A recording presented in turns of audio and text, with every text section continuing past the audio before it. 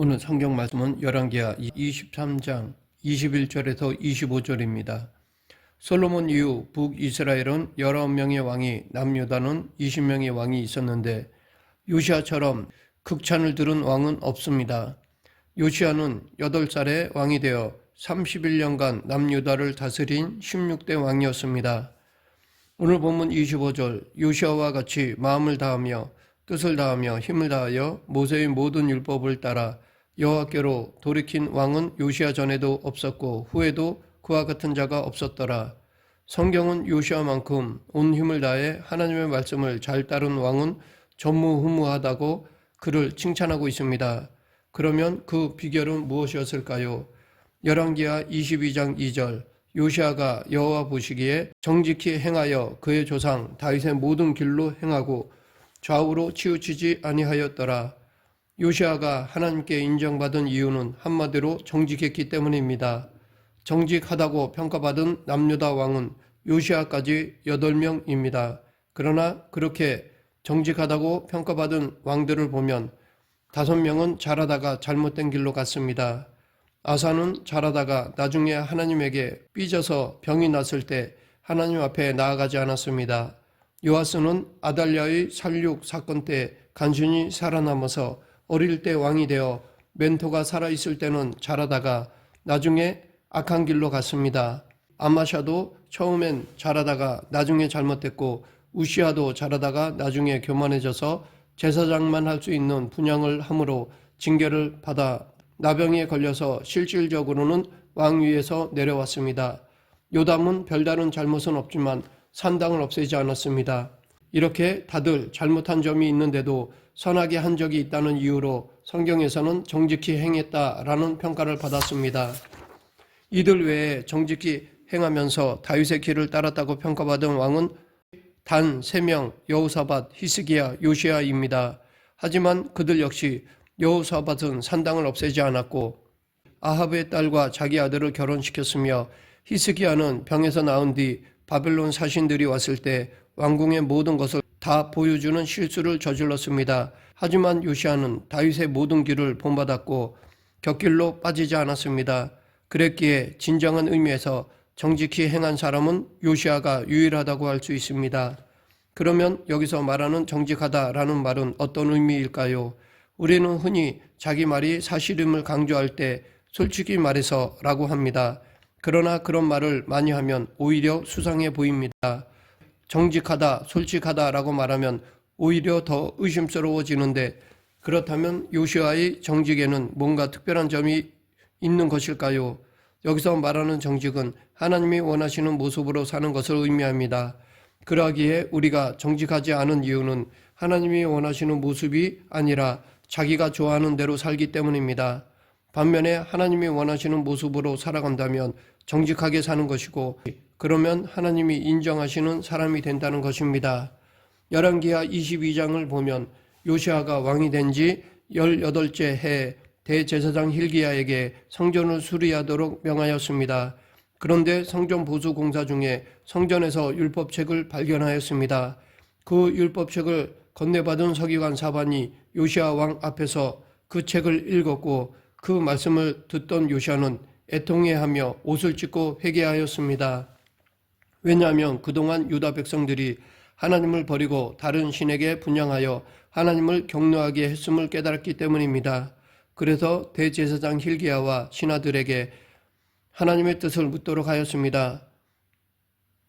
이렇게 요시아는 하나님의 말씀을 듣고 봄으로써 정직해졌습니다. 하나님 말씀 앞에 서자 자기가 마땅히 해야 할 일이 무엇인지 보이기 시작한 것입니다. 정직하다는 것은 하나님의 말씀 앞에서 마땅히 행할 것이 무엇인지를 알고 실천하는 것입니다. 정직은 아는 정도가 아니라 아는 것을 행하는 것입니다. 우리가 정직하지 못하다면 그것은 자기가 감당해야 할 불이익이 뒤따르기 때문입니다. 사회에 가득한 부정직함은 정직하면 손해본다는 잘못된 생각 때문입니다.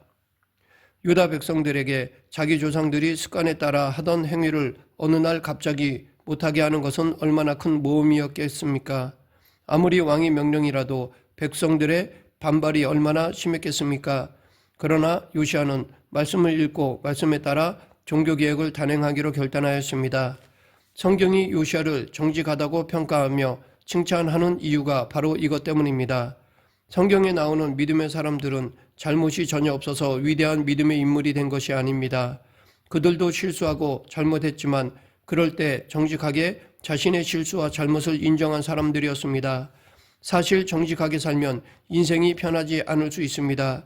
인생을 편하게 살려면 정직할 수 없습니다. 요시야는 하나님의 율법책을 발견하고 하나님 앞에서 정직하기로 결단하였습니다. 그러나 하나님 앞에서 정직하면 불이익을 당하게 될 것이고 위험한 모험을 해야 했습니다. 온 나라에 가득해 있는 우상들을 깨뜨려야 하고 무당과 점쟁이들을 쫓아내야 했습니다. 아무리 왕이라도 그렇게 하기는 쉽지 않습니다. 하지만 요시야는 그런 모험을 하기로, 그런 불이익을 감수하기로 결단한 것입니다. 이처럼 정직하다는 것은 내가 좀 편하게 살자가 아니라 하나님 앞에서 마땅히 할 일이기 때문에 모험도 감수하고 불이익도 감수하는 것입니다. 요시야가 했던 마땅히 할 일은 오늘 본문 21절 왕이 뭇 백성에게 명령하여 이르시되 이 언약책에 기록된 대로 너희의 하나님 여호와를 위하여 유월절을 지키라 하며 사사가 이스라엘을 다스리던 시대부터 이스라엘 여러 왕의 시대와 유다 여러 왕의 시대에 이렇게 유월절을 지킨 일이 없었더니 요시야 왕 18째 해에 예루살렘에서 여호와 앞에 이 유월절을 지켰더라 였습니다. 유월절은 이스라엘 백성들에게 아주 특별한 의미가 있습니다. 유월절을 지킨다는 것은 그들에게 역사하시고 구원하신 하나님을 기억한다는 것입니다.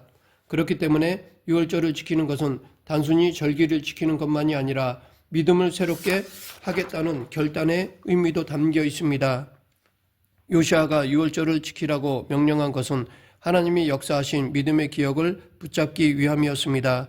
이 믿음의 기억이 환난 가운데에 있는 남유다를 지켜줄 것이기 때문입니다. 이 믿음의 기억은 우리가 살면서 중심을 잃고 흔들릴 때 하나님의 말씀을 떠올리게 해줍니다. 믿음의 중심에 하나님의 말씀이 있을 때 정직하게 행할 수 있습니다. 요시야가 한 개혁은 바로 믿음의 기억을 회복하고 하나님의 말씀을 백성들의 마음의 중심에 놓아 정직하게 행하도록 하는 것이었습니다. 마틴 루터가 종교개혁을 일으킨 당시의 중세 교회는 요시야 시대와 여러 가지 면에서 비슷하다고 할 수 있습니다. 중세 교회는 역사상 엄청나게 번영했습니다. 돈도 많았고 아주 화려했습니다. 그러나 그 화려함과 번영을 맛보던 중세 교회는 하나님의 말씀이 사라졌습니다. 중세 교회의 타락은 하나님의 말씀을 잃어버리고 성경을 잃어버렸기 때문입니다. 중세 교회는 성경을 번역하는 것은 물론이고 일반인이 읽는 것조차 금했습니다. 오로지 성직자들만 라틴어로 된 성경을 읽을 수 있었습니다. 일반 대중을 성경에 무지한 사람들로 만들어 놓고는 예수 그리스도가 계셔야 할 자리에 성모 마리아 상과 사도들의 그림과 동상들 그리고 수많은 성인들의 형상을 세웠습니다. 심지어 돈을 받고 면죄부를 팔기까지 했습니다. 하나님의 말씀이 사라진 어둠 속에서 사람들은 두려움에 떨며 성직자들의 말을 우상처럼 숭배하면서 순종했습니다. 요시야 시대에도 예루살렘 성전은 멀쩡히 서 있으면서 건재했습니다. 백성들은 유월절을 기억하지 못하면서도 예루살렘 성전에 가서 제사를 드렸습니다. 그러나 성전에는 하나님의 말씀이 없었습니다. 그래서 타락한 것입니다. 말씀이 실종된 사람들이 우상에 빠지고 타락합니다. 그것은 이 시대에도 마찬가지입니다. 교회가 커지면 목회자가 그 교회 안에서 하나님의 자리를 대신하려고 하는 경우가 많습니다. 하나님을 대신해서 영광 받으려는 욕심을 부립니다. 하나님의 말씀이 아니라 목회자나 그 어떤 사람이 숭배와 복종의 대상이 될 때 교회는 타락하고 우상에 빠지게 됩니다. 실제로 역사적으로 봐도 교회와 성도가 타락하는 때는 힘들고 어려운 때가 아닙니다. 오히려 잘 나갈 때, 유명해졌을 때, 영광의 자리에 있을 때 타락합니다. 그러하기에 지금 우리는 내 자신은 지금 정직하게 행하고 있는지 점검해야겠습니다. 그런데 정직도 기준이 없는 정직은 위험합니다. 하나님의 말씀이 기준이 아닌 정직이라면 위험합니다. 하나님의 말씀을 기준으로 정직하게 행해야 합니다.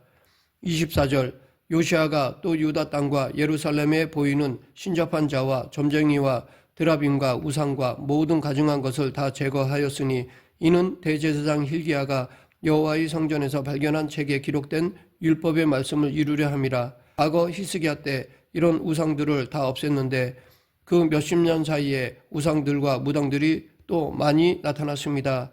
이 모두 히스기야의 아들 므낫세 때에 다시 나온 것들이었습니다. 나중에 므낫세가 회개하여 없애려 했지만 역부족이었습니다. 요시아가 하나님께 칭찬받은 두 번째 이유는 비록 완전하지는 못했더라도 최선을 다해 하나님의 말씀에 순종하려 했기 때문입니다. 요시아는 영적으로 경건하고 하나님의 말씀에 순종하는 사람이었지만 정치적 외교적으로는 미숙해서 잘못된 판단을 하였습니다. 그래서 하나님의 뜻을 모르고 무기또해서 죽게 되었는데 그 점이 아쉽다고 생각됩니다. 그의 죽음과 함께 남유다는 실질적으로 끝난 것이나 마찬가지였습니다. 무기또는 당시의 군사적 요충지로서 전쟁이 끊이지 않았던 지역이었습니다. 당시 북이스라엘을 멸망시킨 아시리아가 약해지면서 신흥 강대국의 바빌론에게 니느웨가 함락되었습니다. 그 후 아시리아의 살아남은 자들이 북서부에 있는 갈그미스로 가서 모여 있었는데 바벨론이 그리로 쳐들어와 아시리아와 전쟁을 벌인 것이 제1차 갈그미스 전투입니다. 이때 애굽의 바로느고는 아시리아가 바벨론에 맞서는 것을 도와줌으로써 신흥 강대국의 바벨론의 팽창을 저지하려 하였습니다. 이때 요시아는 바로느고와 애굽 군대에게 길만 내주면 되었는데 굳이 바로느고를 막겠다고 싸우다가 전사하고 말았던 것입니다. 요시아는 국제정세를 잘못 판단한 것이었습니다. 요시아는 그때까지도 자기들 유다의 주적이 아시리아인 줄로 착각했던 것 같습니다. 요시아는 이처럼 부족한 부분이 있었습니다. 그럼에도 그가 하나님의 극찬을 들은 것은 그의 삶에서 하나님의 말씀을 이루려고 애썼기 때문입니다. 하나님은 그의 완벽한 모습이 아니라 당신의 말씀에 순종하려는 마음을 보셨습니다. 비록 그는 부족한 점이 있었지만 어떻게든 하나님의 말씀대로 살려고 애썼기 때문에 그것을 보셨던 것입니다.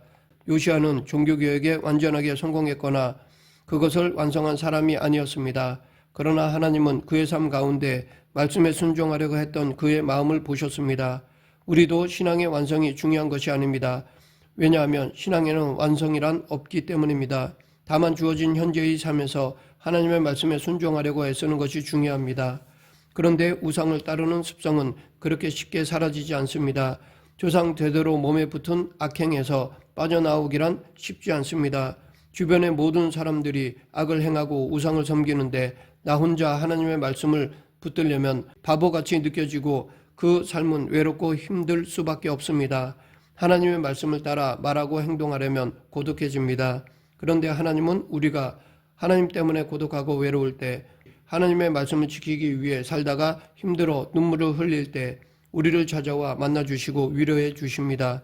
그러므로 신앙을 지키기 위해서 고독하다면, 말씀대로 살기 위해 나아가다가 눈물을 흘리게 된다면, 너무 힘들어 쓰러진다면 그때는 괴로워할 때가 아니라 기뻐할 때입니다. 왜냐하면 하나님의 역사가 곧 일어날 것이기 때문입니다. 이 세상의 역사적 잣대로 보면 요시아는 실패한 개혁자라고 볼 수도 있습니다. 그러나 그가 시도한 노력은 어두운 시대를 살던 유다 역사의 한 줄기 빛이 되었습니다. 요시아 개혁이 실패한 뒤 유다는 결국 바벨론에 의해 곧 멸망하고 말았습니다. 그러나 그가 밝힌 개혁의 불빛은 바벨론 포로로 살아가는 유다 백성들에게 말씀을 붙드는 희망의 빛이 되었습니다. 요시아의 이런 종교개혁이 바벨론으로 끌려간 사람들에게 계속 남아서 그들이 영적으로 하나님을 찾는 끈이 이어진 것입니다. 그래서 포로기 이후에는 성전을 재건하여 말씀 앞에 서도록 이끄는 등불이 되었습니다. 요시아가 비록 실패한 것 같고 허무하게 죽은 것 같지만 그가 그렇게 열심히 하나님의 말씀에 순종했기 때문에 그것이 바벨론 포로민들에게 영향을 미쳤고 나중에 돌아와서 영적 재건을 이루는 토대가 된 것입니다. 우리가 가장 조심해야 할 것은 믿지 않는 자들의 조롱과 비난이 아닙니다. 그건 오히려 괜찮습니다. 그런데 우리 믿는 사람들끼리 좀 적당히 믿어라, 그렇게 미치지 말아라, 너무 푹 빠지지 말아라 라고 하는 것을 오히려 조심해야 합니다. 그것은 독이 되는 말입니다. 우리는 그런 것을 거슬러 올라가야 합니다. 요시아는 하나님의 말씀 앞에서 옷을 찢고 회개하였습니다. 오늘 우리 인생 앞에도 요단강이 있고 사해가 있습니다. 물이 요단강에서 사해로 흘러가지만 우리는 그 물줄기를 거슬러 올라가야 합니다. 옷을 찢고 회개함으로 세상을 거스르는 삶을 살아야 합니다. 물고기가 거슬러 올라간다는 것이 쉽지 않듯이 우리가 생명길로 가는 것은 결코 쉽지 않습니다.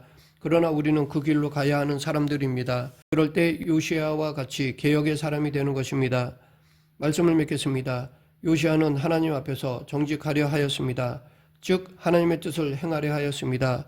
그 어떤 여건과 상황 속에서도 하나님이 원하시는 모습으로 살고자 하였습니다. 비록 부족하고 완전하지는 못했지만 최선을 다해 하나님의 말씀에 순종하려 하였습니다. 그런 요시야를 하나님은 당신의 사람으로 인정하셨습니다. 우리 모두 요시야와 같이 하나님 앞에 믿음을 인정받는 성도가 되길 간절히 축원합니다. 기도하겠습니다. 생사와 화복을 주관하신 하나님 아버지, 세상 세태에 휩쓸려가는 것이 아니라 비록 힘들고 고달프지만 하나님 말씀에 순종하는 성도가 되게 하여 주시옵소서. 예수님 이름으로 기도드립니다. 아멘.